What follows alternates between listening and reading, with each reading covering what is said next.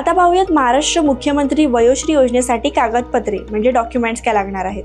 आधार card, मतदार card म्हणजेच voting ID, राष्ट्रीयकृत बँक म्हणजे नॅशनलाइज बँकचे पासबुक झेरॉक्स, 2 पासपोर्ट साईजचे फोटो, प्रतिज्ञापत्र किंवा घोषणापत्र, ओळखपत्रे देण्यासाठी सरकारने विहित केलेले इतर कागदपत्रे म्हणजे डॉक्युमेंट्स काय लागणार आहेत हे तर आपण पाहिलं.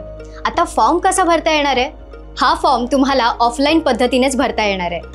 तुमच्या जिल्ह्याच्या सहाय्यक आयुक्त समाज कल्याण कार्यालय म्हणजेच assistant commissioner social welfare office येथे ऑफलाईन पद्धतीने हा अर्ज करता येईल. पैसे तर DBT म्हणजेच डायरेक्ट बँक ट्रान्सफर स्वरूपात मिळतील. पण या योजनेची अंमलबजावणी कशी होते हे कसं कळणार आहे? तर GR म्हणजेच गव्हर्नमेंट रेकॉर्डमध्ये पॉइंट 11 मध्ये नमूद असल्याप्रमाणे सामाजिक न्याय आणि विशेष सहाय्य विभागाद्वारे या योजनेचं नियंत्रण केलं जाईल. विभागाद्वारे या कार्यक्रमाचे मूल्यमापन अंमलबजावणीच्या 1 वर्षानंतर आयुक्त समाज कल्याण पुणे यांच्या मार्फत केलं जाईल.